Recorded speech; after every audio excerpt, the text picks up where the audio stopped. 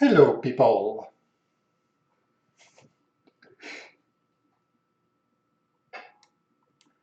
Oh, it's actually working.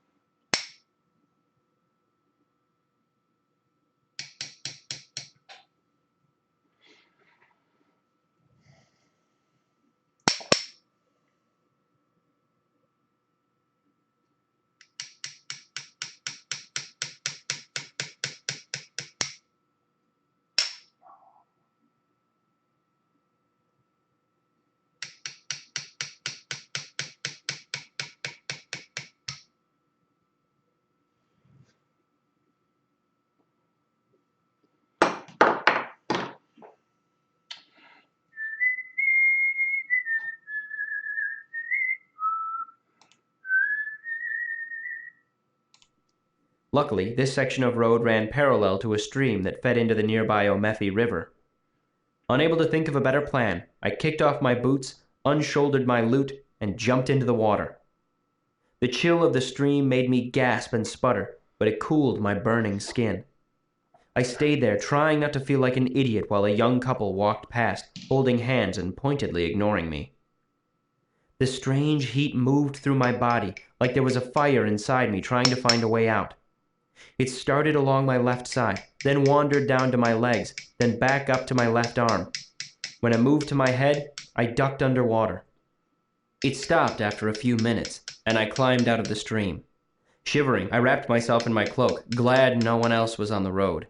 Then, since there was nothing else to do, I shouldered my loot case and began the long walk back to the university, dripping wet and terribly afraid. Chapter 23. Principles. I did tell Mola, I said as I shuffled the cards. She said it was all in my head and pushed me out the door. Well, I can only guess what that feels like, Sim said bitterly. I looked up, surprised by the uncharacteristic sharpness in his voice. But before I could ask what was the matter, Willem caught my eye and shook his head, warning me away. Knowing Sim's history, I guessed it was another quick, painful end to another quick, painful relationship. I kept my mouth shut and dealt another hand of breath. The three of us were killing time, waiting for the room to fill up before I started playing for my typical felling night crowd at Anchors. "What do you think is the matter?" Willem asked. I hesitated, worried that if I spoke my fears aloud, it might somehow make them true. I might have exposed myself to something dangerous in the fishery. Will looked at me. "Such as?" "Some of the compounds we use," I said. "They'll go straight through your skin and kill you in 18 slow ways." I thought back to the day my Tenton glass had cracked in the fishery, of the single drop of transporting agent that had landed on my shirt. It was only a tiny drop, barely larger than the head of a nail. I was so certain it hadn't touched my skin. I hope that's not it, but I don't know what else it might be. "It could be a lingering effect from the plumb bob," Sim said grimly. "Ambrose isn't much of an alchemist, and from what I understand, one of the main ingredients is lead. If he factored it himself, some latent principles could be affecting your system. Did you eat or drink anything different today?" I thought about it. "I had a fair bit of metheglin at the Aeolian," I admitted. "That stuff will make anyone ill," Will said darkly. "I like it," Sim said. "But it's practically a nostrum all by itself. There's a lot of different tincturing going on in there. Nothing alchemical, but you've got nutmeg, thyme, clove, all manner of spices. Could be that one of them triggered some of the free principles lurking in your system."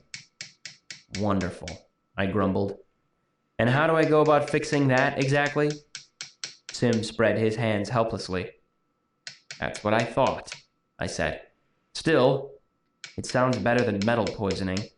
Simon proceeded to take 4 tricks in a row with a clever card force, and by the end of the hand, he was smiling again. Sim was never really given to extended brooding. Will squared his cards away, and I pushed my chair back from the table. "Play the one about the drunk cow and the butter churn," Sim said. I couldn't help but crack a smile. "Maybe later," I said, as I picked up my increasingly shabby loot case and made my way to the hearth amid the sound of scattered familiar applause. It took me a long moment to open the case, untwisting the copper wire I was still using in place of a buckle. Oh, man. For the next 2 hours, I played. I sang Copper Bottom Pot, Lilac Bough, and Aunt Emmy's Tub. The audience laughed and clapped and cheered. As I fingered my way through the songs, I felt my worries slough away. My music has always been the best remedy for my dark moods. As I sang, even my bruises seemed to pain me less. Then I felt a chill, as if a strong winter wind was blowing down the chimney behind me. I fought off a shiver and finished the last verse of Applejack, which I'd finally played to keep Sim happy. When I struck the last chord, the crowd applauded and conversation slowly welled up to fill the room again. I looked behind me at the fireplace. but the fire was burning cheerfully with no sign of a draft. I stepped down off the hearth, hoping the little walk would chase my chill away. But as soon as I took a few steps, I realized that wasn't the case. The cold settled straight into my bones. I turned back to the fireplace, spreading my hands to warm them. Will and Sim appeared at my side. "What's going on?" Sim asked. "You look like you're going to be sick." "Something like that," I said, clenching my teeth to keep them from chattering. "Go tell Anchor I'm feeling ill and have to cut it short tonight. Then light a candle off this fire and bring it up to my room." I looked up at their serious faces. "Will, can you help me get out of here? I don't want to make a scene." Willem nodded and gave me his arm. I leaned on him and concentrated on keeping my body from shaking as we made our way to the stairs. No one paid us much attention. I probably looked more drunk than anything. My hands were numb and heavy. My lips felt icy cold.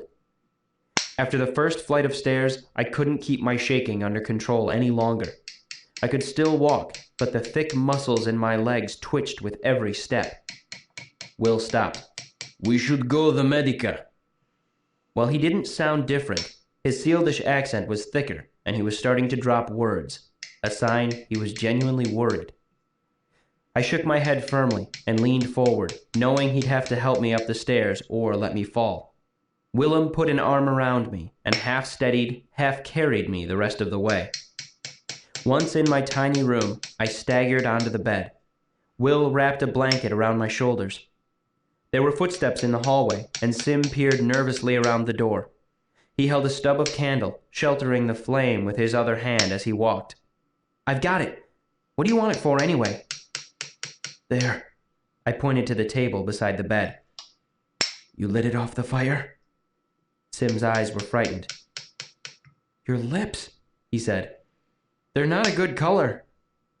I pried a splinter from the rough wood of the bedside table and jabbed it hard into the back of my hand. Blood welled up, and I rolled the long splinter around in it, getting it wet.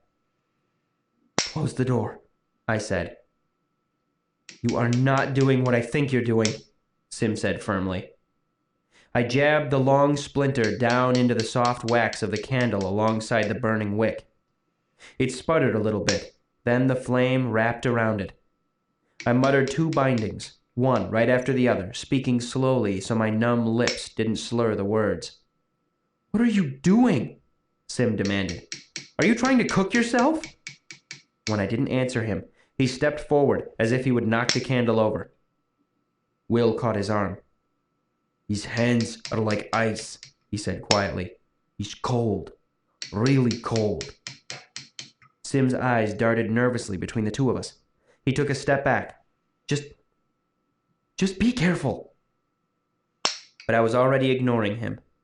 I closed my eyes and bound the candle flame to the fire downstairs. Then I carefully made the second connection between the blood on the splinter and the blood in my body.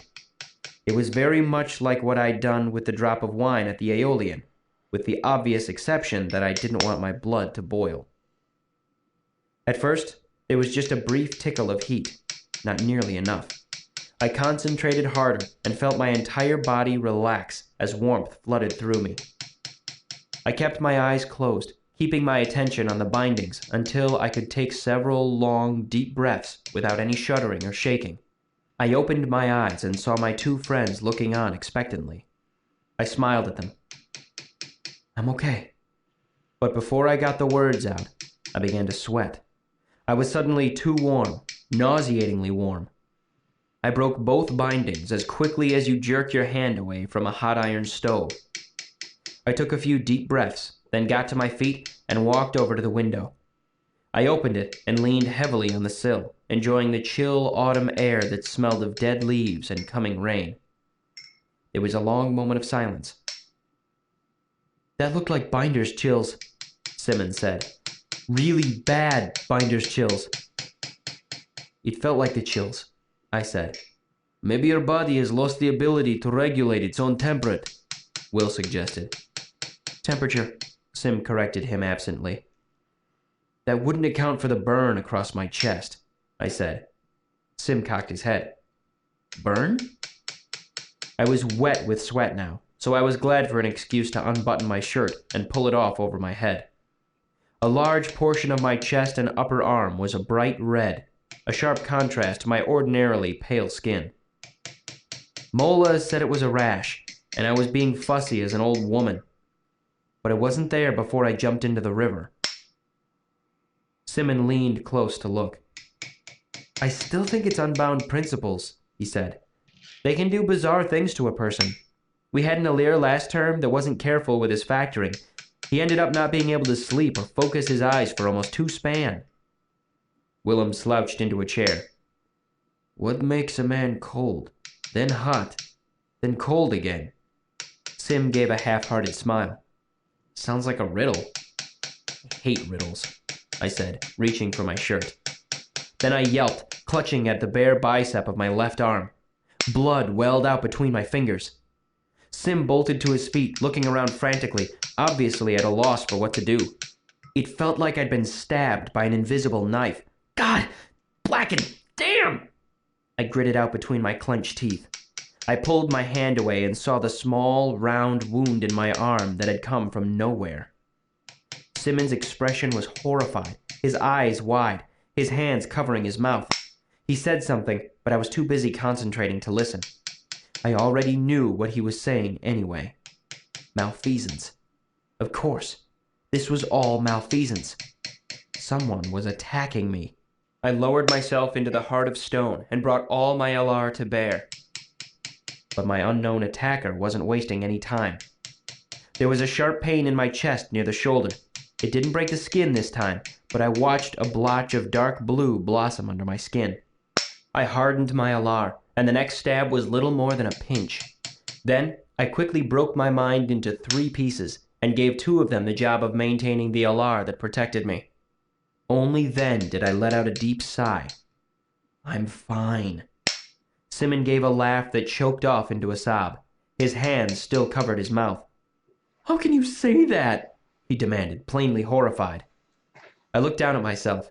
Blood was still welling up through my fingers, running down the back of my hand and my How arm. you doing, Michael? It's true, I said to him. Honestly, Sim. But malfeasance, he said. Sorry, It just I don't isn't know how to say done. your name. I sat down on the edge of my bed, keeping pressure on my wound. I think we have some pretty clear proof otherwise. Willem sat back down. The watch is in I am with stainless Simon. steel. I would never have believed this. He made an angry gesture. Orcanes do not do this anymore. It is insane. He looked at me. Why are you smiling? I'm relieved, I said honestly. I was worried I'd given myself cadmium poisoning, or I had some mysterious disease. This is just someone trying to kill me. How could someone do it? Simon asked. I don't mean morally. How did someone get hold of your blood or hair? Willem looked at Simon. What did you do with the bandages after you stitched him up? I burned them, Sim said defensively. I'm not an idiot. Will made a calming gesture. I'm just narrowing our options. It probably isn't America either. They're careful about that sort of thing. Simmons stood up. We have to tell someone. He looked at Willem. Would Jameson still be in his office at this time of night? Sim, I said. How about we just wait for a while? What? Simmons said. Why? The only evidence I have are my injuries, I said. That means they'll want someone at the Medica to examine me. And when that happens... With one hand still clamped over my bloody arm, I waved my bandaged elbow. I looked remarkably like someone who fell off a roof just a couple days ago. Sim sat back down in his chair. It's only been 3 days, hasn't it? I nodded. I'd be expelled, and Mola would be in trouble for not mentioning my injuries. Master Arwell isn't forgiving about that sort of thing. The 2 of you would probably be implicated too. I don't want that. We were quiet for a moment. The only sound was the distant clamor of the busy taproom below. I sat down on the bed. Do we even need to discuss who's doing this? Sim asked. Ambrose, I said. It's always Ambrose. He must have found some of my blood on a piece of roofing tile. I should have thought of that days ago. How would he know it was yours? Simon asked. Because I hate him, I said bitterly. Of course he knows it was me. Will was slowly shaking his head. No, it's not like him. Not like him? Simon demanded. He had that woman dose Kvothe with the plumb bob. That's as bad as poison. He hired those men to jump Kvothe in the alley last term. My point exactly, Willem said. Ambrose doesn't do things to Kvothe. He arranges for other people to do them. He got some woman to dose him. He paid thugs to knife you. I expect he didn't even do that, really. I'll bet someone else set it up for him. It's all the same, I said. We know he's behind it. Willem frowned at me. You're not thinking straight. It's not that Ambrose isn't a bastard. He is, but he's a clever bastard. He's careful to distance himself from anything he does. Sim looked uncertain. Will has a point. When you were hired on as house musician at the Horse and Four, he didn't buy the place and fire you. He had Baron Peter's son-in-law do it. No connection to him at all. No connection here either, I said. That's the whole point of sympathy. It's indirect. Will shook his head again. If you got knifed in an alley, people would be shocked. But such things happen all the time, all over the world. But if you fell down in public and started gushing blood from malfeasance, people would be horrified. The masters would suspend classes. Rich merchants and nobles would hear of it and pull their children from their studies. They'd bring the constables over from Imre. Simon rubbed his forehead and looked up at the ceiling thoughtfully. Then he nodded to himself, first slowly, then with more certainty. It makes sense, he said. If Ambrose had found some blood, he could have turned it over to Jameson and had him douse out the thief. There wouldn't have been any need to get folks in the Medica to look for suspicious injuries and such. Ambrose likes his revenge, I pointed out grimly. He could have hidden the blood from Jameson, kept it for himself. Willem was shaking his head. Sim sighed. Will's right. There aren't that many sympathists, and everyone knows Ambrose is carrying a grudge against you. He's too careful to do something like this. It would point right to him. Besides, Willem said, how long has this been going on? Days and days. Do you honestly think Ambrose could go this long without rubbing your nose in it? Not even a little? You have a point, I admitted reluctantly. That's not like him. I knew it had to be Ambrose. I could feel it deep in my gut. In a strange way, I almost wanted it to be him. It would make things so much simpler. But wanting something doesn't make it so. I took a deep breath and forced myself to think about it rationally. It would be reckless of him, I admitted at last. And he isn't the sort to get his hands dirty. I sighed. Fine. Wonderful. As if one person trying to ruin my life wasn't enough. Who could it be? Simon asked. Your average person can't do this sort of thing with hair, am I right? Dahl could, I said. Or Kilvin. It is probably safe to assume, Willem said dryly, that none of the masters are trying to kill you. Then it has to be someone with his blood, Sim said. I tried to ignore the sinking sensation in the pit of my stomach. There is someone with my blood, I said, but I don't think she could be responsible. Will and Sim turned to look at me, and I immediately regretted saying anything. Why would someone have your blood? Sim asked. I hesitated, then realized there was no way to avoid telling them at this point. I borrowed money from Davy at the beginning of the term.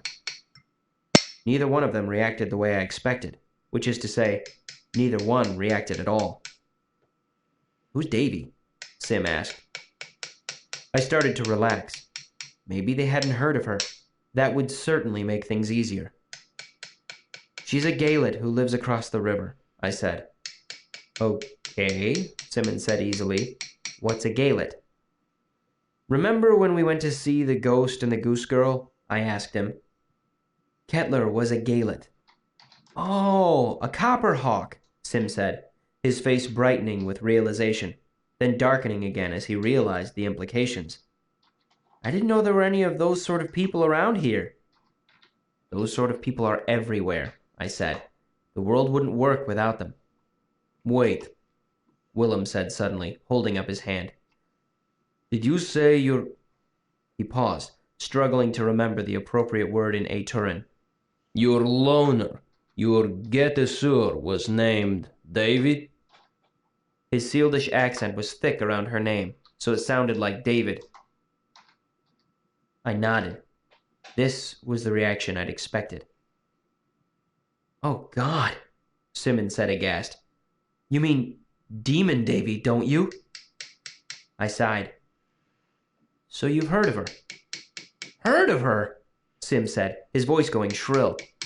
She was expelled during my first term. It left a real impression. Willem simply closed his eyes and shook his head, as if he couldn't bear to look at someone as stupid as me. Sim threw his hands into the air. She was expelled for malfeasance!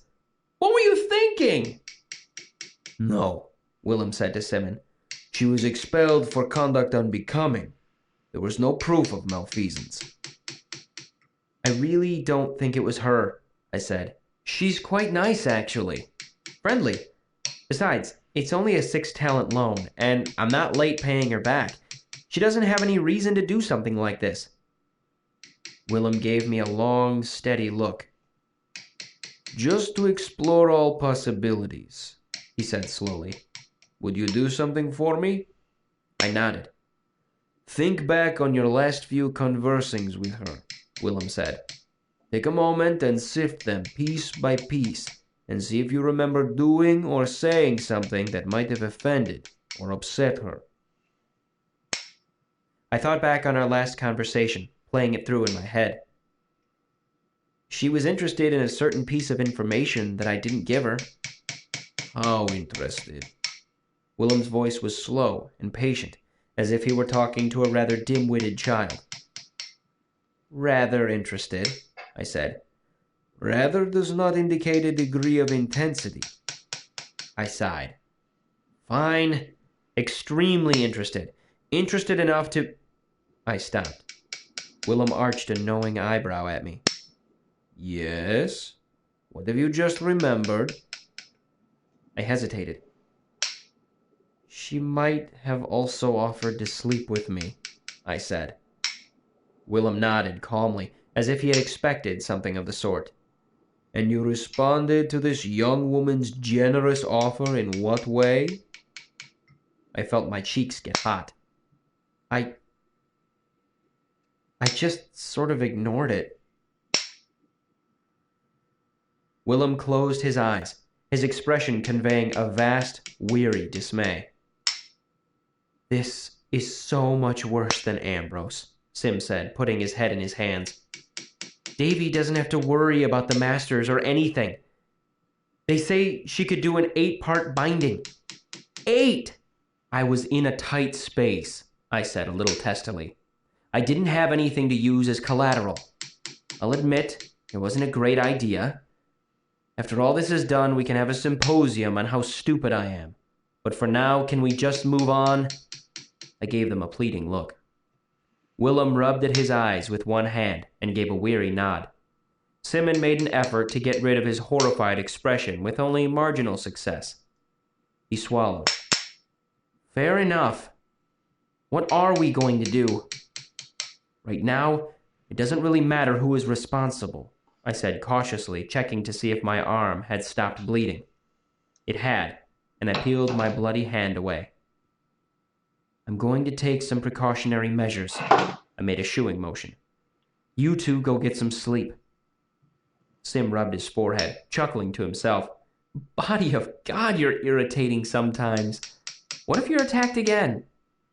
It's already happened twice while we've been sitting here, I said easily. It tingles a bit. I grinned at his expression. I'm fine, Sim. Honestly, there's a reason I'm the top-ranked duelist in Dahl's class. I'm perfectly safe. As long as you're awake, Willem interjected, his dark eyes serious. My grin grew stiff. As long as I'm awake, I repeated. Of course. Willem stood up and made a show of brushing himself off. So, clean yourself and take your precautionary measures. He gave me a pointed look. Shall young Master Simon and I expect Dahl's top-ranked duelist in my room tonight? I felt myself flush with embarrassment. Why, yes. That would be greatly appreciated. Will gave me an exaggerated bow, then opened the door and made his way out into the hall. Sim was wearing a wide grin by now.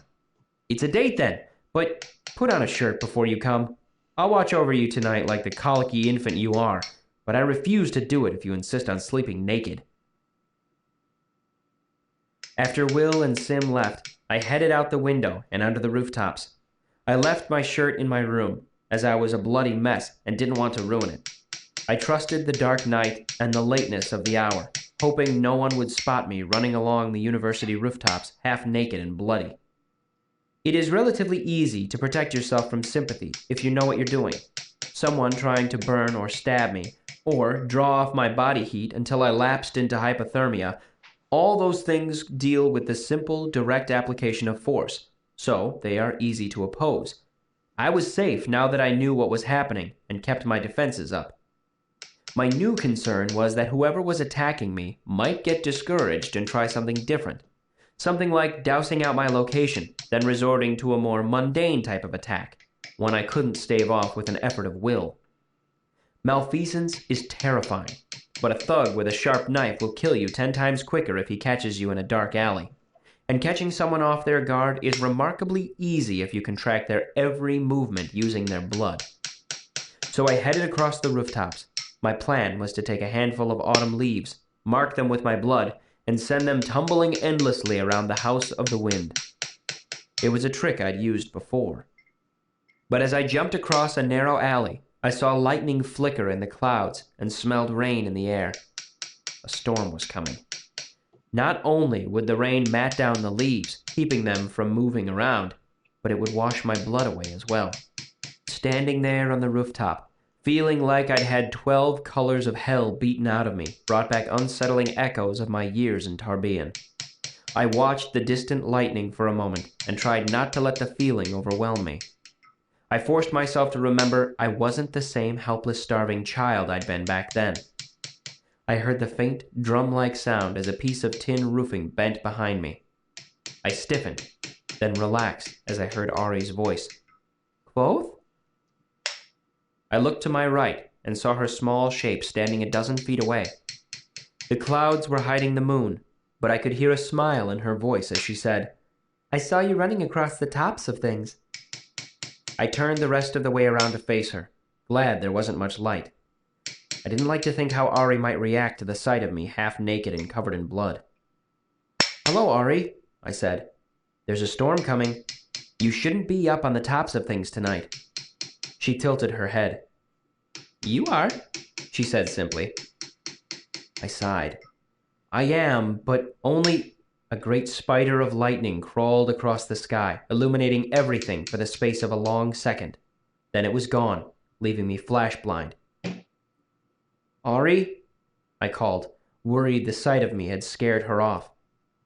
There was another flicker of lightning, and I saw her standing closer. She pointed at me, grinning delightedly.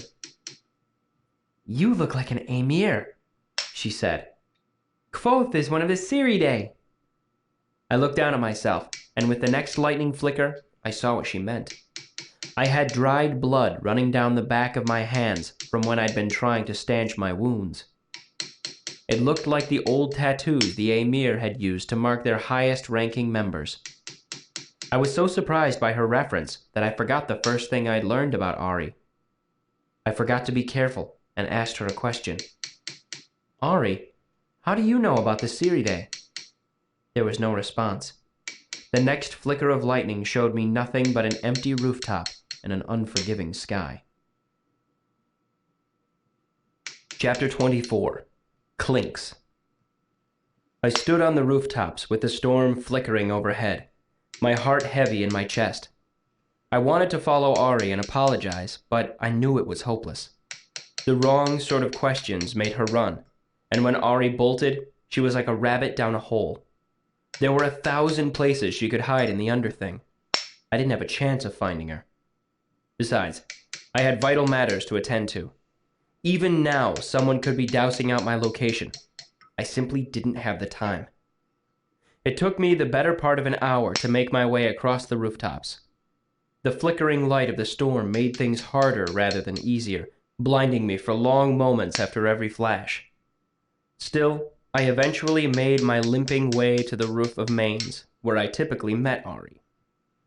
Stiffly, I climbed down the apple tree to the enclosed courtyard. I was about to call down through the heavy metal grating that led to the underthing when I saw a flicker of movement in the shadow of the nearby bushes. I peered into the dark, unable to see anything but a vague shape. "Ari?" I asked gently. "I don't like telling," she said softly, her voice thick with tears. Of all the awful things I'd been part of these last couple days, this was unquestionably the worst of it. "I'm so sorry, Ari," I said. "I won't ask again. I promise." There was a tiny sob from the shadows that froze my heart solid and broke off a piece of it. "What were you doing out on top of things tonight?" I asked. I knew this was a safe question. I'd asked it many times before. "I was looking at the lightning," she said, sniffling. Then, "I saw one that looked like a tree." "What was in the lightning?" I asked softly. "Galvanic ionization," she said. Then after a pause, she added, "And river ice. And this way a cattail makes." "I wish I'd seen that one," I said. "What were you doing on top of things?" She paused and gave a tiny hiccuping laugh. "All crazy and mostly naked." My heart began to thaw a bit. "I was looking for a place to put my blood," I said. "Most people keep that inside," she said. "It's easier." "I want to keep the rest of it inside," I explained, "but I'm worried someone might be looking for me." "Oh," she said, as if she understood perfectly. I saw the slightly darker shadow of her move in the darkness, standing up. "You should come with me to Clink's." "I don't think I've seen Clink's," I said. "Have you taken me there before?" There was a motion that might have been the shaking of a head. "It's private." I heard a metallic noise, then a rustle. Then I saw a blue-green light well up from the open grate. I climbed down and met her in the tunnel underneath. The light in her hand showed smudges across her face, probably from where she'd been rubbing away her tears. It was the first time I'd ever seen Ari dirty. Her eyes were darker than normal, and her nose was red. Ari sniffed and rubbed her blotchy face. "You," she said gravely, "are a dreadful mess." I looked down at my bloody hands and chest. "I am," I agreed. Then she gave a tiny, brave smile. "I didn't run so far this time," she said, tilting her chin proudly. "I'm glad," I said. "And I'm sorry." "No." She gave her head a tiny, firm shake. "You are my Siridae, and thus above reproach." She reached out to touch the center of my bloody chest with a finger. "Everi enim muge." Ari led me through the maze of tunnels that comprised the underthing. We went farther down, through vaults, past Cricklet. Then we moved through several twisting hallways and down again, using a stone spiral staircase I'd never seen before. I smelled damp stone and heard the low, smooth sound of running water as we descended. Every once in a while, there was the gritty sound of glass on stone, or the brighter tinkling sound of glass on glass. After about 50 steps, the wide, spiraling staircase disappeared into a vast, roiling pool of black water. I wondered how far the stairs continued below the surface.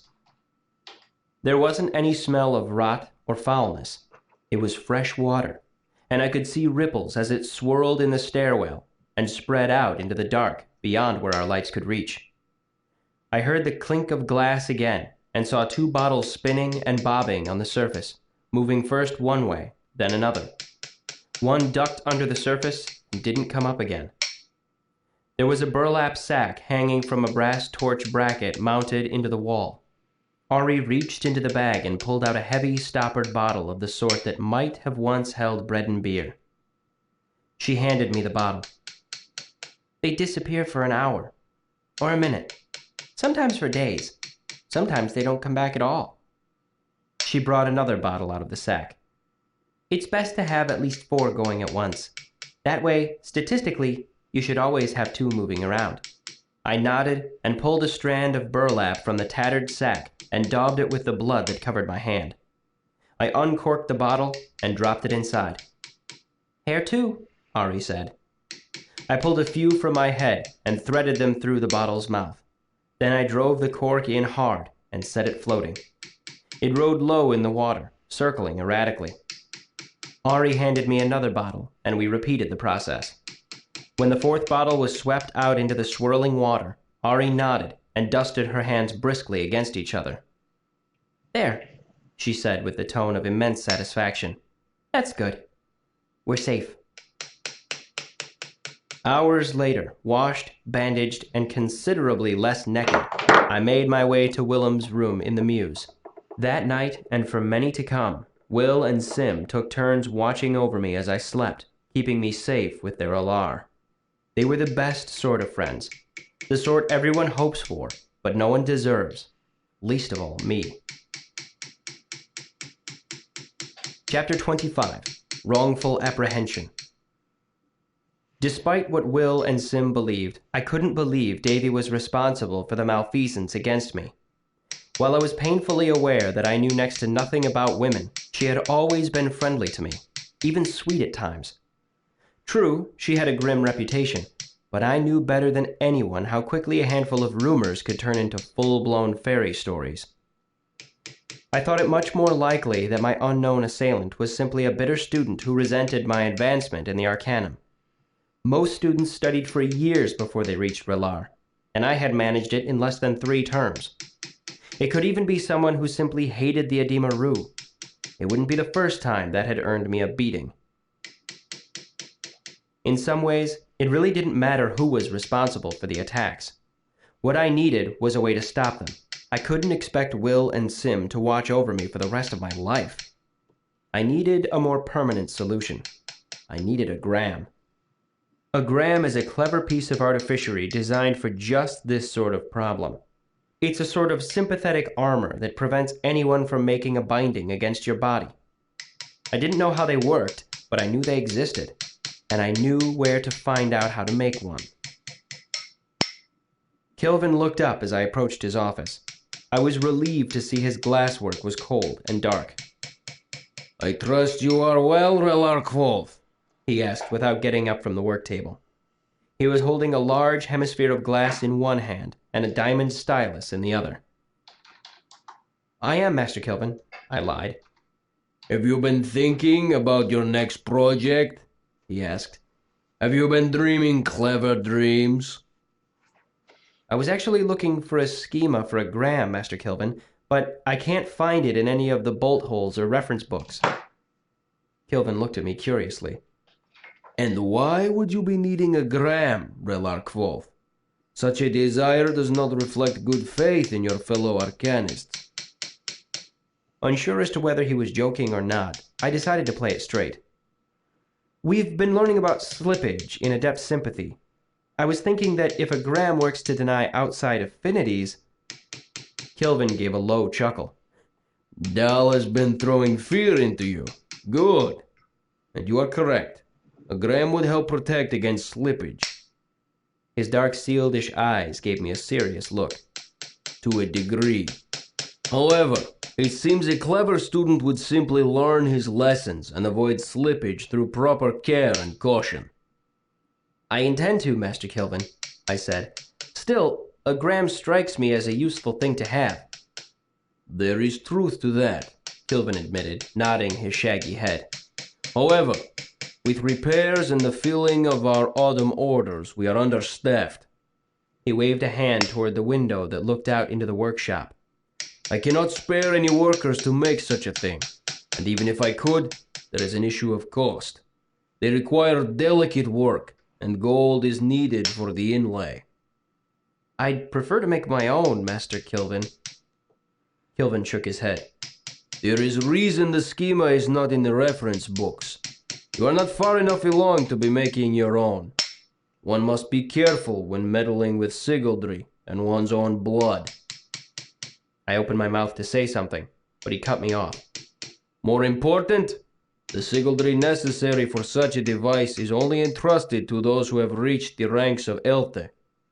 The runes for blood and bone have too great a potential for misuse. His tone let me know there was nothing to be gained by arguing, so I shrugged it off as if I couldn't care less. It's no matter, Master Kilvin. I have other projects to occupy my time. Kilvin gave me a wide smile. I'm sure you do, Relar Kvothe. I am waiting with great eagerness to see what you will make for me. A thought struck me. To that purpose, Master Kilvin, could I have the use of one of the private workrooms? I'd rather not have everyone looking over my shoulder while I'm tinkering. Kilvin's eyebrows went up at this. Now I am doubly curious. He set down the hemisphere of glass, got to his feet, and opened a drawer in his desk. Will one of the first floor workrooms suit you? Or is there a chance of something exploding? I will give you one on the third floor if that is the case. They are colder, but the roof is better suited for that sort of thing. I looked at him for a moment, trying to decide if he was joking. A first floor room will be fine, Master Kilvin, but I'll need a small smelter and a little extra room to breathe. Kilvin muttered to himself, then brought out a key. How much breathing will you be doing? Room 27 is 500 feet square. That should be plenty, I said. I also might need permission to get precious metals from stocks. Kilvin chuckled at this, and nodded as he handed me the key. I will see it is done, Relar Kvothe. I look forward to seeing what you will make for me. It was galling that the schema I needed was restricted, but there are always other ways of finding information, and there are always people who know more than they are supposed to. For example, I didn't doubt Manette knew how to make a gram. Everyone knew he was an Elir in title only, but there was no way he would share the information with me against Kilvin's wishes. The university had been Manette's home for 30 years, and he was probably the only student who feared expulsion more than me. This meant my options were limited. Other than a lengthy search of the archives, I couldn't think of any way to get a schema on my own, so after several minutes of racking my brain for a better option, I made my way to the Bale and Barley. The Bale was one of the more disreputable taverns this side of the river. Anchor's wasn't seedy in the strictest sense, it simply lacked pretension. It was clean without smelling of flowers, and inexpensive without being tawdry. People visited Anchor's to eat, drink, listen to music, and occasionally have a friendly fight. The Bale was several rungs farther down the ladder. It was grubbier, music was not a priority, and the fights were usually only recreational for one of the people involved. Mind you, the Bale wasn't as bad as half the places in Tarbean, but it was the worst you were likely to find this close to the university. So despite being seedy, it had wooden floors and glass in the windows, and if you passed out drunk and woke up missing your purse, you could content yourself with the fact that nobody had knifed you and stolen your boots as well. As it was still early in the day, there were a bare handful of people scattered around the common room. I was glad to see Sleet sitting in the back.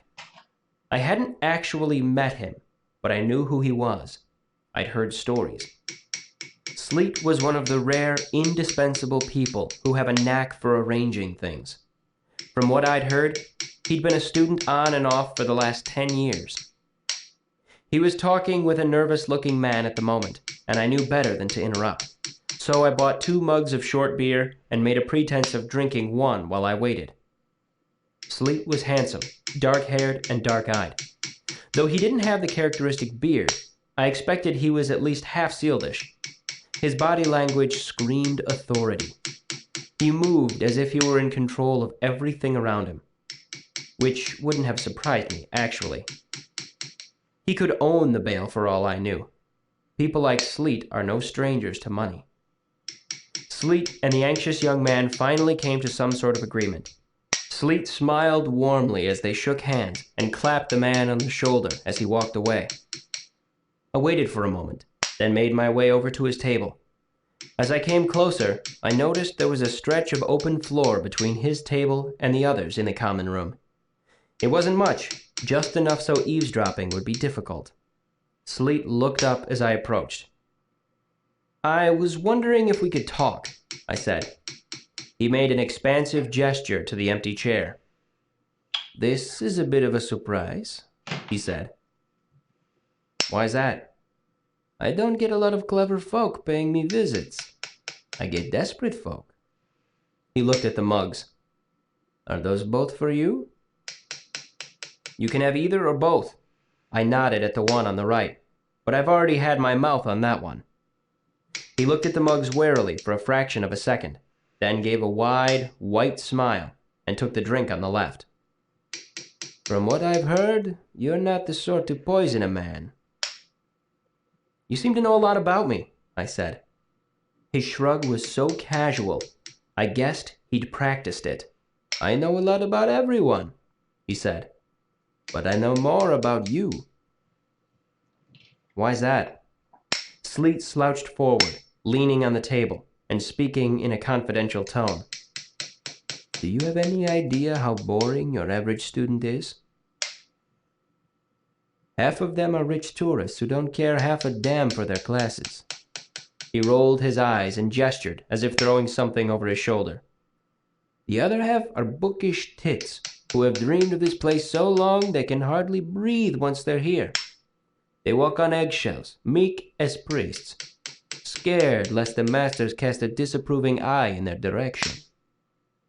He sniffed disdainfully and leaned back in his seat. "Suffice to say, you're a breath of fresh air. Everyone says—" He stopped and gave his practiced shrug again. "Well, you know."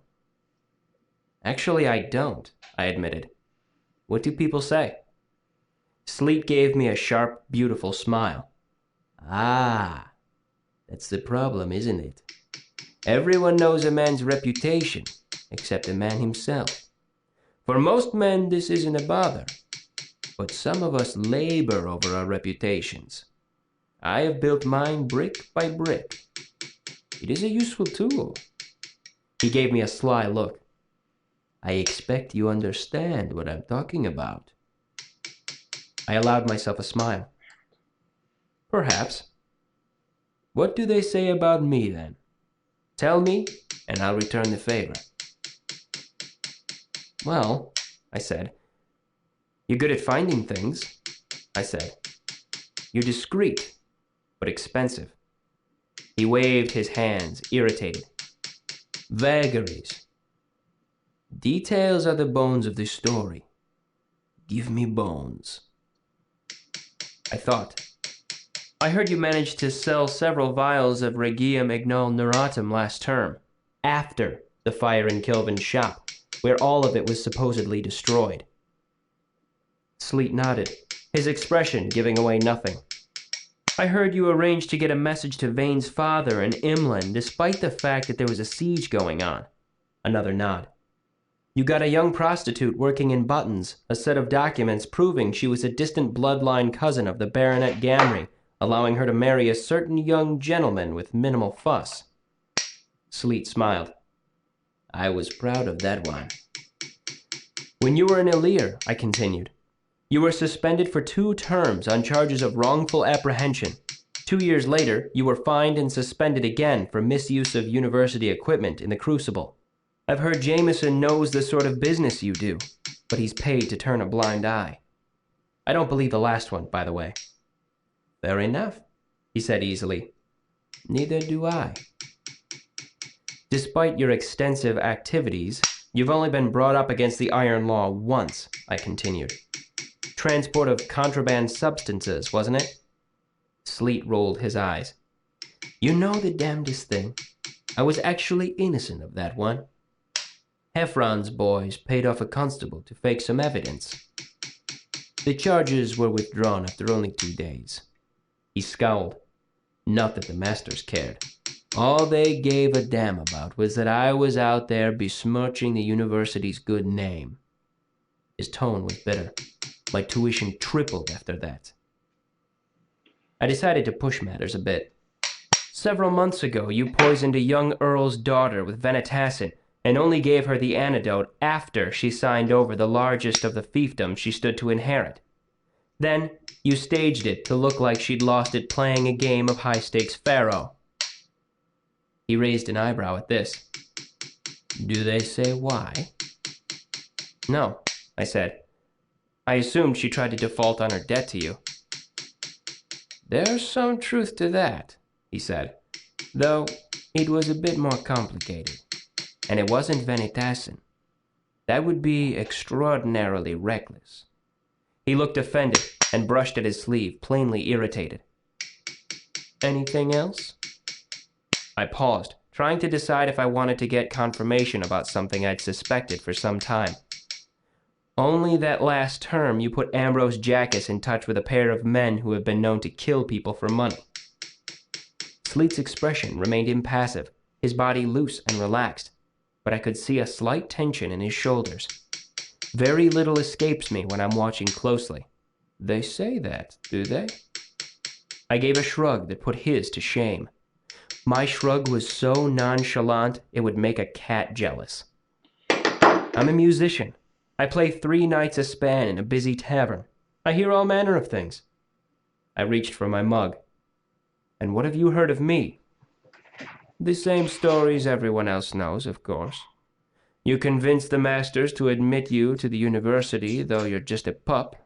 No offense. Then 2 days later, you shame Master Hem in his own classroom and get away bird-free. Save for a whipping. Save for a whipping, he acknowledged. During which you couldn't be bothered to cry out or bleed, even a little. I wouldn't believe that if there weren't several hundred witnesses. We drew a decent crowd, I said. It was good weather for a whipping. I've heard some overly dramatic folk call you Quoth the Bloodless because of it, he said. Though I'm guessing part of that comes from the fact that you're Edema Rue, which means you're about as far from a blooded noble as a person can be. I smiled. A bit of both, I expect.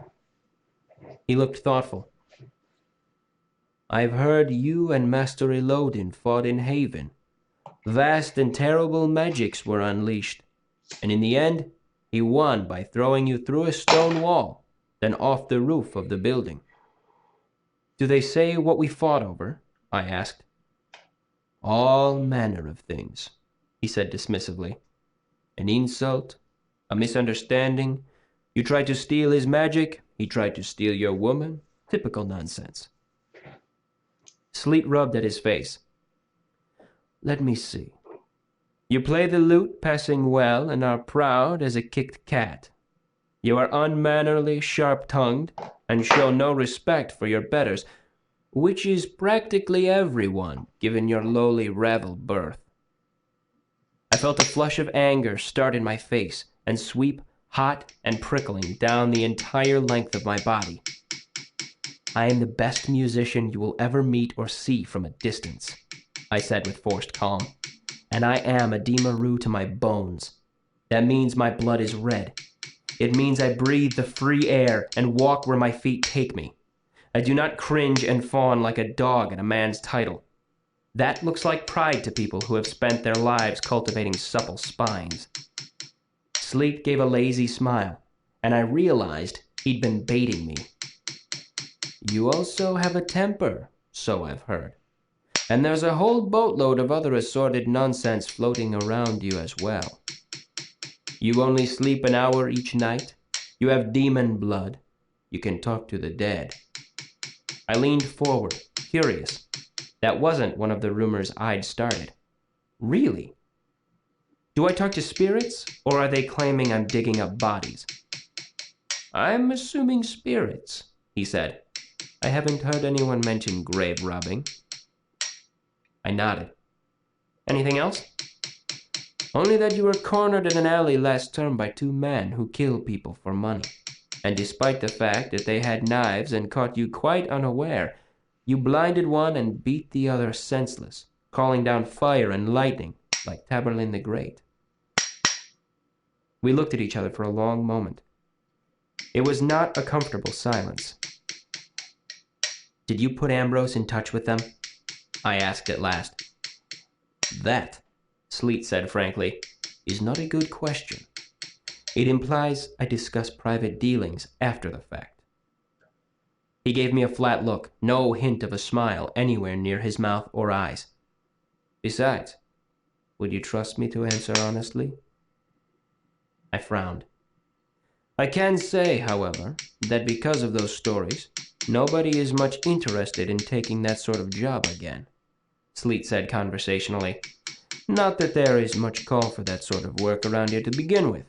We're all terribly civilized.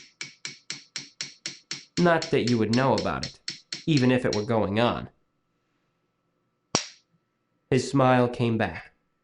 Exactly. He leaned forward. Enough chatter then. What is it you're looking for? I need a schema for a piece of artificing. He set his elbows on the table. And? It contains sigildry Kilvin restricts to those of Eltha rank and higher. Sleet nodded matter-of-factly. And how quickly do you need it? Hours? Days? I thought about Will and Sim staying up nights to watch over me. Sooner is better. Sleet looked thoughtful, his eyes unfocused. It's going to cost, and there's no guarantee I'll be able to produce it on an exact schedule. He focused in on me. Also, if you get caught, you'll be charged with wrongful apprehension, at the very least. I nodded. And you know what the penalties are? For wrongful apprehension of the arcane not leading to injury of another, I recited. The offending student may be fined no more than 20 talents, whipped no more than 10 times, suspended from the arcanum, or expelled from the university. They fined me the full 20 talents and suspended me 2 terms, Sleet said grimly. And that was only some Relar-level alchemy. It will be worse with you if this is Eltha-level stuff. How much? I asked. To get hold of it in a few days? He looked up at the ceiling for a moment. 30 talents. I felt the bottom drop out of my stomach, but I kept my face composed. Is there any room to negotiate that? He gave his sharp smile again. His teeth were very white.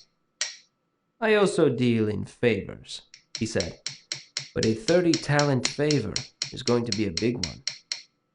He looked at me thoughtfully. We could perhaps work out something along those lines, but I feel obliged to mention that when I call a favor due, it's due. At that point, there isn't any negotiation. I nodded calmly to show him I understood, but I felt a cold knot forming in my gut. This was a bad idea. I knew it in my bones. Do you owe anyone else? Sleet asked. And don't lie to me or I'll know. 6 talents, I said casually, due at the end of the term. He nodded. I'm guessing you didn't manage to get it off some moneylender. Did you go to Heffron? I shook my head. Davy. For the first time in our conversation, Sleet lost his composure.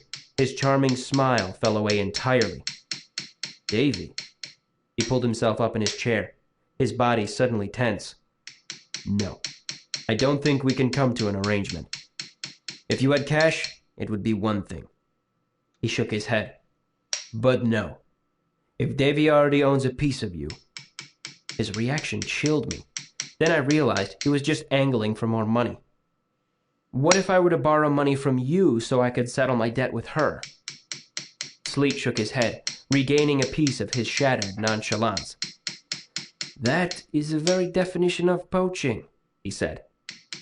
Davy has an ongoing interest in you, an investment. He took a drink and cleared his throat meaningfully. She does not look kindly on other folk interfering where she's staked her claim. I raised an eyebrow. I guess I was taken in by your reputation, I said. Silly of me, really. His face creased into a frown. What do you mean by that? I waved my hands dismissively. Please, give me credit for being at least half as clever as you've heard, I said. If you can't get what I want, just admit it. Don't waste my time by pricing things out of my reach or coming up with elaborate excuses. Sleet seemed unsure if he should be offended. What part of this seems elaborate to you? Come now, I said. You're willing to run against the laws of the university, risk the wrath of the masters, the constables, and the iron law of Atur, but a little slip of a girl makes your knees quivery? I sniffed and mimicked the gesture he'd made before, pretending to ball something up and throw it away over my shoulder. He looked at me for a moment, then burst out laughing. Yes, that's exactly the case, he said, wiping tears of genuine amusement from his eyes. Apparently I was fooled by your reputation too.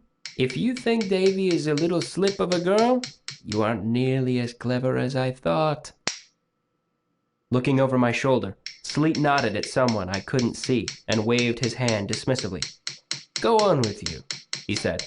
I have business to do with rational people who know the true shape of the world.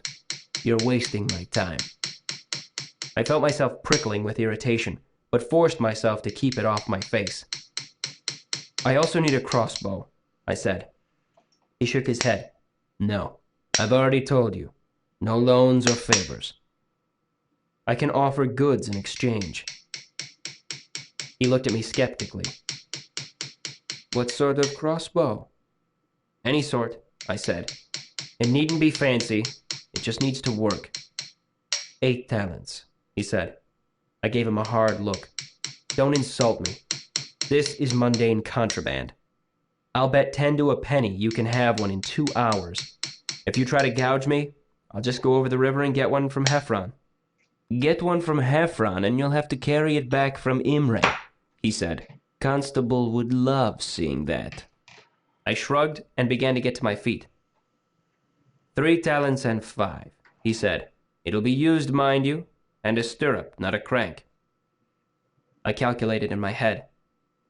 Will you accept an ounce of silver and a spool of finely drawn gold wire? I asked, bringing them out from the pockets of my cloak. Sleet's dark eyes unfocused slightly as he did his own internal calculations. You drive a tight bargain. He picked up the spool of bright wire and the small ingot of silver. There's a rain barrel behind the Grimsome Tannery. The crossbow will be there in 15 minutes. He gave me an insulted look. 2 hours?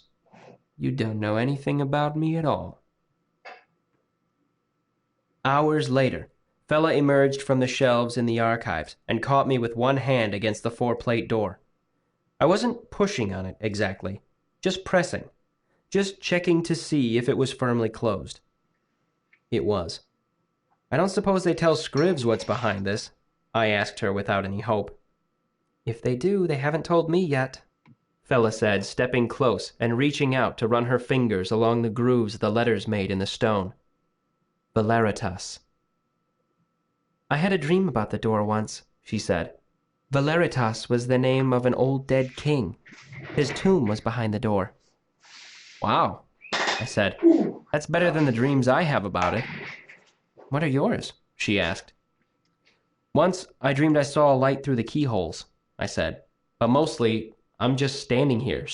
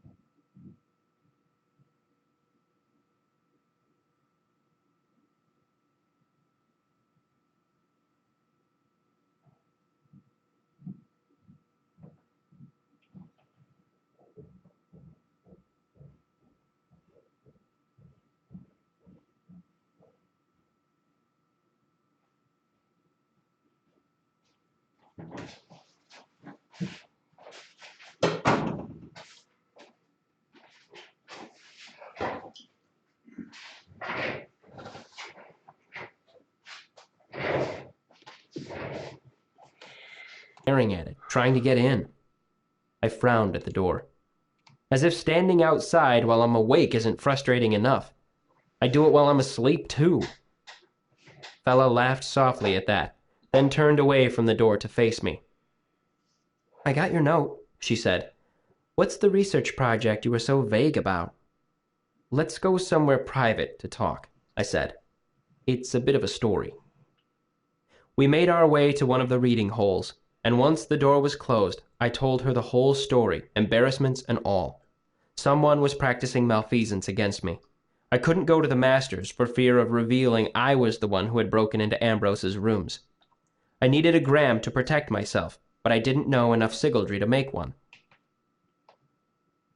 Malfeasance, she said in a low voice, slowly shaking her head in dismay.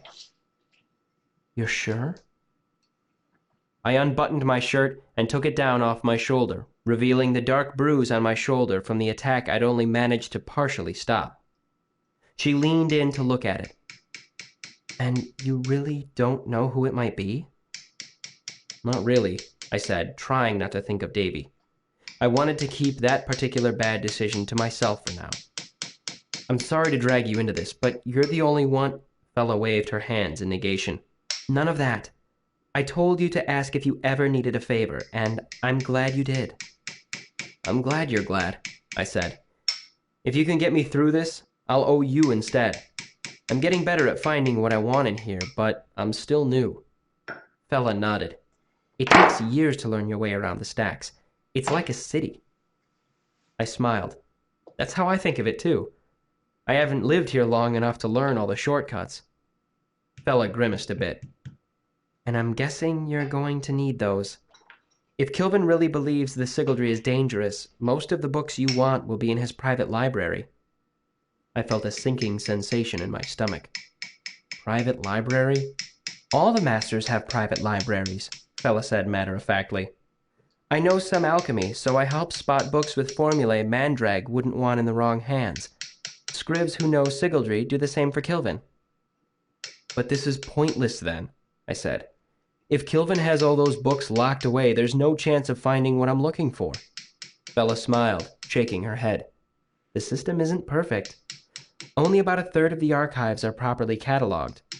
What you're looking for is probably still in the stacks somewhere. It's just a matter of finding it. I wouldn't even need a whole schema, I said. If I just knew a few of the proper runes, I could probably just fake the rest. She gave me a worried look. Is that really wise? Wisdom is a luxury I can't afford, I said. Will and Sim have already been watching over me for 2 nights. They can't sleep in shifts for the next 10 years. Fella drew a deep breath, then let it out slowly. Right. We can start with the cataloged books first. Maybe what you need has slipped past the scribs. We collected several dozen books on sigildry and closeted ourselves in an out-of-the-way reading hole on the 4th floor. Then we started going through them one at a time. We began with hopes of finding a full-fledged schema for a gram, but as the hours slid by, we lowered our hopes. If not a whole schema, perhaps we could find a description of one, perhaps a reference to the sequence of runes used, the name of a single rune, a hint, a clue, a scrap, some piece of the puzzle. I closed the last of the books we had brought back to the reading hole. It made a solid thump as the pages settled together. Nothing?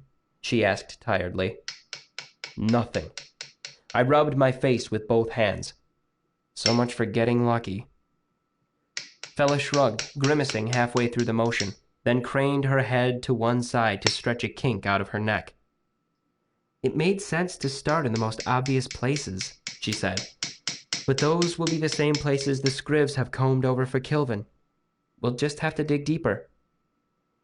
I heard the distant sound of the belling tower and was surprised at how many times it struck. We'd been researching for over 4 hours. You've missed your class, I said. It's just geometries, she said. You're a wonderful person, I said. What's our best option now? A long, slow trawl of the stacks, she said. But it's going to be like panning for gold. Dozens of hours, and that's with both of us working together so we don't overlap our efforts. I can bring in Will and Sim to help, I said. Willem works here, Fella said. But Simmons never been a scriv. He'll probably just get in the way. I gave her an odd look. Do you know Sim very well? Not very, she admitted. I've seen him around. You're underestimating him, I said. People do it all the time. Sim's smart. Everyone here is smart, Fella said. And Sim is nice, but that's the problem, I said. He's nice. He's gentle, which people see as weak. And he's happy, which people see as stupid. I didn't mean it like that, Fella said. I know, I said, rubbing at my face. I'm sorry. It's been a bad couple of days. I thought the university would be different than the rest of the world, but it's just like everywhere else. People cater to pompous, rude bastards like Ambrose, while the good souls like Simon get brushed off as simpletons. Which one are you? Fella said with a smile as she began to stack up the books. Pompous bastard or good soul? I'll research that later, I said. Right now, I've got more pressing concerns. Chapter 26. Trust. While I was fairly sure Davy wasn't behind the malfeasance, I'd have to be a fool to ignore the fact that she had my blood. So, when it became clear that making a gram was going to require a great deal of time and energy, I realized the time had come to pay her a visit and make sure she wasn't responsible.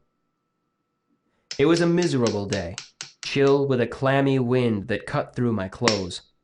I didn't own gloves or a hat, and had to settle for putting up my hood and wrapping my hands in the fabric of my cloak as I pulled it more tightly around my shoulders. As I crossed Stonebridge, a new thought occurred to me. Maybe someone had stolen my blood from Davy. That made better sense than anything else. I needed to make sure the bottle with my blood was safe. If she still had it, and it hadn't been tampered with, I'd know she wasn't involved. I made my way to the western edge of Imre, where I stopped at a tavern to buy a small beer and warm myself by their fire. Then, I walked through the now familiar alley and up the narrow staircase behind the butcher's shop.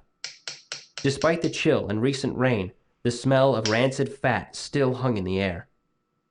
I took a deep breath and knocked on the door. It opened after a minute. Then Davy's face peered through a narrow crack in the door. "Well, hello," she said. "Are you here for business or pleasure?" "Business, mostly," I admitted. "Pity." She opened the door wider. As I came into the room, I tripped on the threshold, stumbling clumsily into her and resting one hand briefly on her shoulder as I steadied myself. "Sorry," I said, embarrassed. "You look like hell," she said as she bolted the door. "I hope you're not looking for more money. I don't lend to folks who look like they're coming off a 3-day drunk." I settled wearily into a chair. "I brought back your book," I said, bringing it out from under my cloak and laying it on her desk. She nodded at it, smiling a bit. "What did you think of good old Melcalfe?" "Dry, wordy, boring." "There weren't any pictures either," she said dryly, "but that's beside the point." "His theories about perception as an active force were interesting," I admitted, "but he writes like he's afraid someone might actually understand him." Davy nodded, her mouth pursed. "That's about what I thought, too." She reached across the desk and slid the book closer to herself. "What did you think about the chapter on proprioception?" "He seemed to be arguing from a deep well of ignorance," I said. "I've met people in the Medica with amputated limbs. I don't think Melcalfe ever has." I watched her for some sign of guilt, some indication she'd been practicing malfeasance against me. But there was nothing. She seemed perfectly normal, cheery, and sharp-tongued as ever. But I had grown up among actors. I know how many ways there are to hide your true feelings. Davy made an exaggerated frown. "You look so serious over there. What are you thinking?" "I had a couple of questions," I said evasively. I wasn't looking forward to this. "Not about Melcalfe." I'm so tired of being appreciated for my intellect. She leaned back and stretched her arms over her head. When will I be able to find a nice boy who just wants me for my body? She gave a luxurious stretch, but stopped halfway through, giving me a puzzled look. I'm waiting for a quip here. You're usually quicker than this. I gave her a weak smile. I've got a lot on my mind. I don't think I can match wits with you today. I never suspected you could match wits with me, she said. But I do like a little banter now and then. She leaned forward and folded her hands on the top of the desk. What sort of questions? Did you do much sigildry in the university? Personal questions. She raised an eyebrow. No, I didn't care for it. Too much fiddling around for my taste. You don't seem to be the sort of woman who'd mind a little fiddling around, I said, managing a weak smile. That's more like it, she said with approval. I knew you had it in you. I don't suppose you have any books on advanced sigildry, I asked. The sort of things they don't allow a Relar access to. Davy shook her head. No. I've got some nice alchemical texts, though. Stuff you'd never find in your precious archives. Bitterness was thick in her voice when she said the last word. That's when it all came together in my head. Davy wouldn't ever be so careless as to let someone steal my blood. She wouldn't sell it to turn a quick profit. She didn't need the money. She didn't have a grudge against me. But Davy would sell her eye teeth to get into the archives. It's funny you should mention alchemy, I said as calmly as possible. Have you ever heard of something called a plumb bob? I've heard of it, she said easily. Nasty little thing. I think I have the formula. She turned in her seat a little, facing toward the shelf. You interested in seeing it? Her face didn't betray her, but with enough practice, anyone can control their face. Her body language didn't give her away either. There was only the slightest tension in her shoulders, only a hint of hesitation. It was her eyes. When I mentioned the plumb bob, I saw a flicker there. Not just recognition. Guilt. Of course. She'd sold the formula to Ambrose. And why wouldn't she? Ambrose was a high-ranking scriv. He could sneak her into the archives. Hell, with the resources at his disposal, he might not even have to do that. Everyone knew Lauren occasionally granted non-Arcanum scholars access to the archives, especially if their patrons were willing to pave the way with a generous donation. Ambrose had once bought an entire inn just to spite me. How much more would he be willing to pay to get hold of my blood? No. Will and Sim had been right about that. Ambrose wasn't the sort to get his hands dirty if he could avoid it. Much simpler for him to hire Davy to do his dirty work for him. She'd already been expelled. She had nothing to lose, and all the secrets of the archives to gain. No thanks, I said. I don't do much alchemy. I took a deep breath and decided to jump right to the point. But I do need to see my blood. Davy's cheery expression froze on her face. Her mouth still smiled, but her eyes were cold. I beg your pardon? It wasn't really a question. I need to see the blood I left here with you, I said. I need to know it's safe. I'm afraid that's not possible. Her smile fell completely away, and her mouth made a thin, flat line. That's not how I do business. Besides, do you think I'd be stupid enough to keep that sort of thing here? I felt a sinking sensation in my gut, still not wanting to believe it. We can go to wherever you keep it, I said calmly. Someone has been conducting malfeasance against me. I need to make sure it hasn't been tampered with, that's all. As if I would just show you where I keep that sort of thing, Davy said with scathing sarcasm. Have you been struck in the head or something? I'm afraid I must insist. Go ahead and be afraid, Davy said with a glare. Go ahead and insist. It won't make any difference. It was her. There was no other reason for her to keep it from me. If you refuse to show me, I continued, trying to keep my voice level and calm, I must assume you've sold my blood, or made your own mommet of me for some reason." Davy leaned back in her chair and crossed her arms with deliberate nonchalance. "You can assume whatever stupid thing pleases you. You'll see your blood when you settle your debt with me, and not one moment sooner." I brought out a wax doll from underneath my cloak and rested my hand on the desk so she could see it. "Is that supposed to be me?" she said. "With hips like that?" But the words were just the shell of a joke, a reflex action. Her tone was flat and angry. Her eyes were hard. With my other hand, I brought out a short strawberry blonde hair and fixed it to the doll's head. Davy's hand went unconsciously to her own hair, her expression shocked. "Someone has been attacking me," I said. "I need to make sure my blood is..." This time, when I mentioned my blood, I saw her eyes flicker to one of her desk drawers. Her fingers twitched slightly. I met her eye. "Don't," I said grimly. Davy's hand darted to the drawer, yanking it open. I didn't doubt for a second that the drawer held the mommet she'd made of me. I couldn't let her get hold of it. I concentrated and murmured a binding. Davy's hand came to a jarring halt halfway to the open drawer. I hadn't done anything to hurt her. No fire, no pain, nothing like what she'd done to me over the last several days. It was just a binding to keep her motionless. When I'd stopped at the tavern to warm myself, I'd taken a pinch of ash from their fireplace. It wasn't a great source, and it was farther away than I'd like, but it was better than nothing. Still, I could probably only hold her like this for a few minutes before I drew so much heat from the fire that I extinguished it. But that should be enough time for me to get the truth out of her and reclaim the mommet she'd made. Davy's eyes grew wild as she struggled to move. "How dare you?" she shouted. "How dare you?" "How dare you?" I spat back angrily. "I can't believe I trusted you. I defended you to my friends." I trailed off as the unthinkable happened.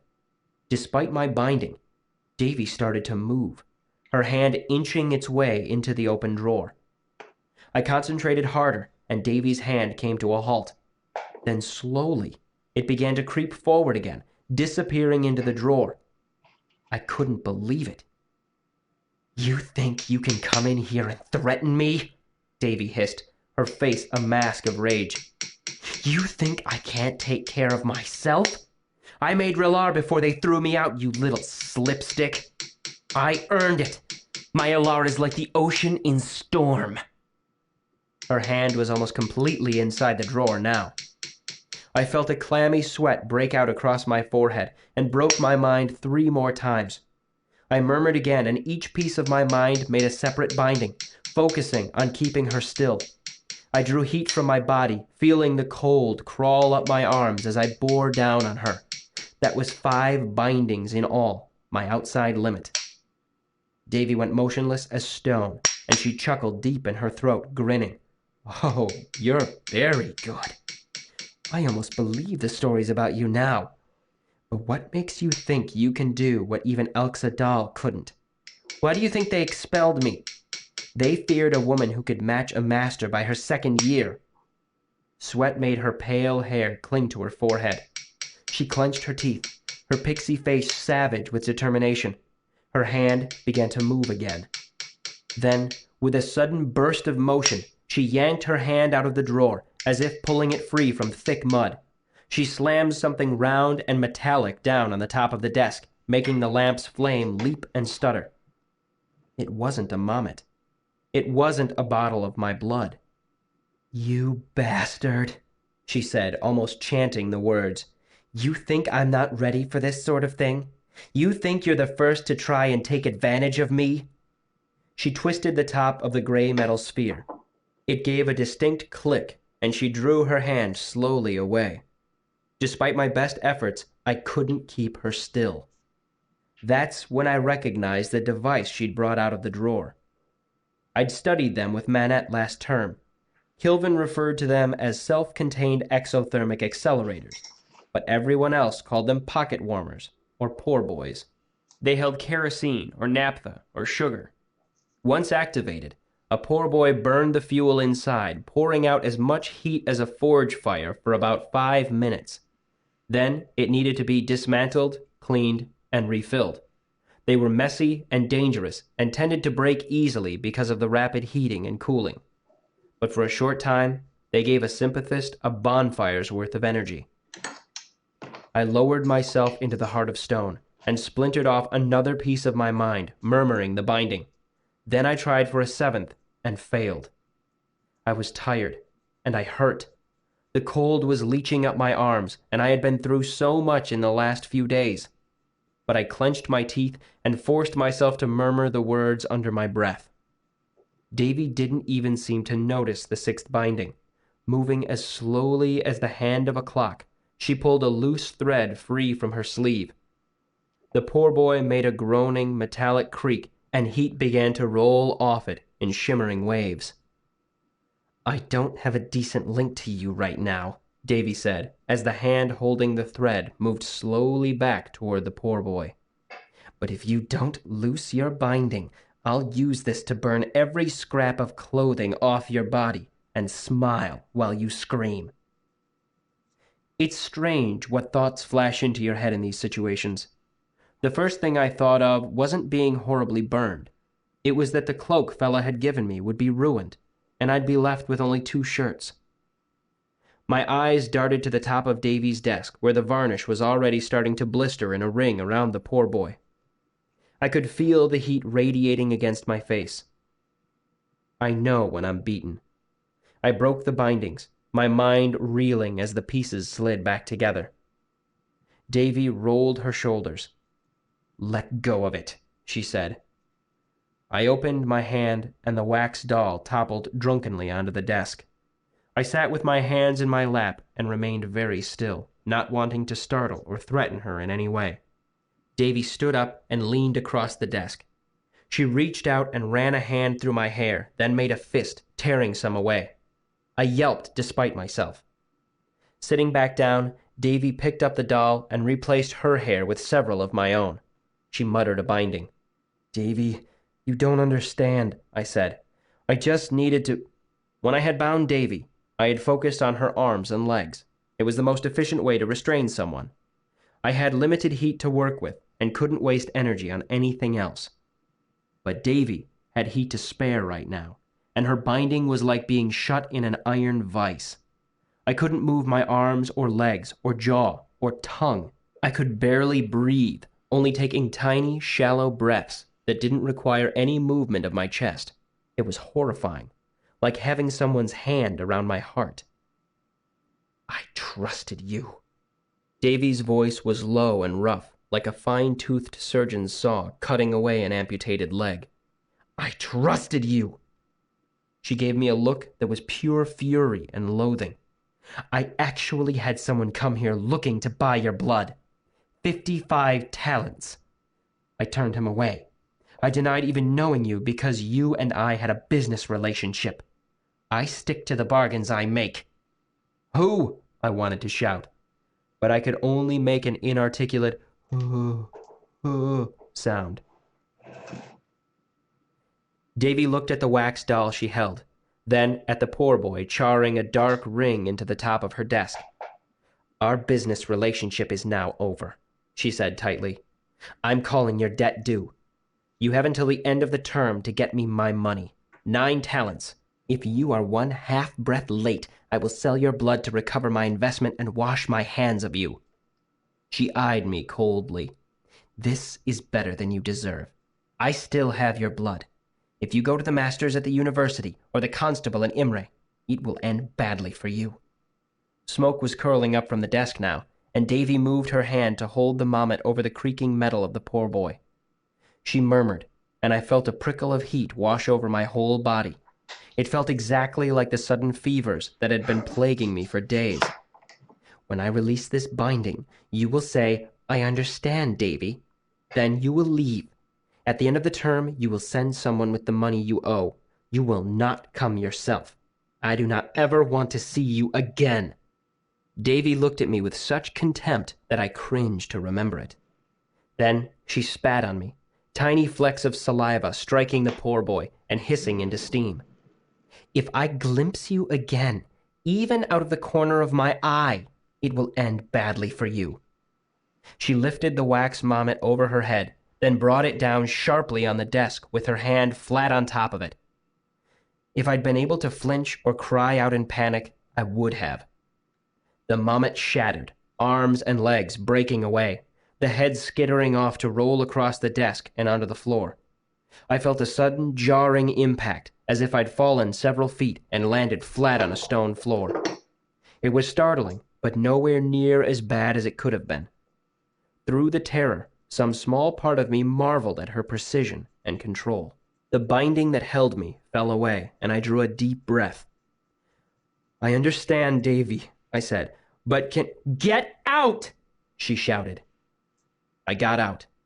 I would like to say it was a dignified exit, but that would not be the truth. Chapter 27. Pressure. Will and Sim were waiting for me in the back corner of Anchor's. I brought over 2 mugs of beer and a tray laden with fresh bread and butter, cheese and fruit, and bowls of hot soup thick with beef and turnip. Willem rubbed one eye with the palm of his hand. He looked a little peaked under his dark Sealdish complexion, but other than that, he didn't seem much the worse for 3 nights of short sleep. "What's the occasion?" "I just want to help you two keep your energy up," I said. "Way ahead of you," Sim said. "I had a refreshing nap during my sublimation lecture." His eyes were a little dark around the edges, but he didn't seem much the worse for wear either. Willem began to load up his plate. "You mentioned you had news. What sort of news?" "It's mixed," I said. "Which do you want first? Good or bad?" "Bad news first," Simmons said. "Kilvin won't give me the plans I need to make my own gram. It's the Sigildry involved. Runes for blood and bone and such.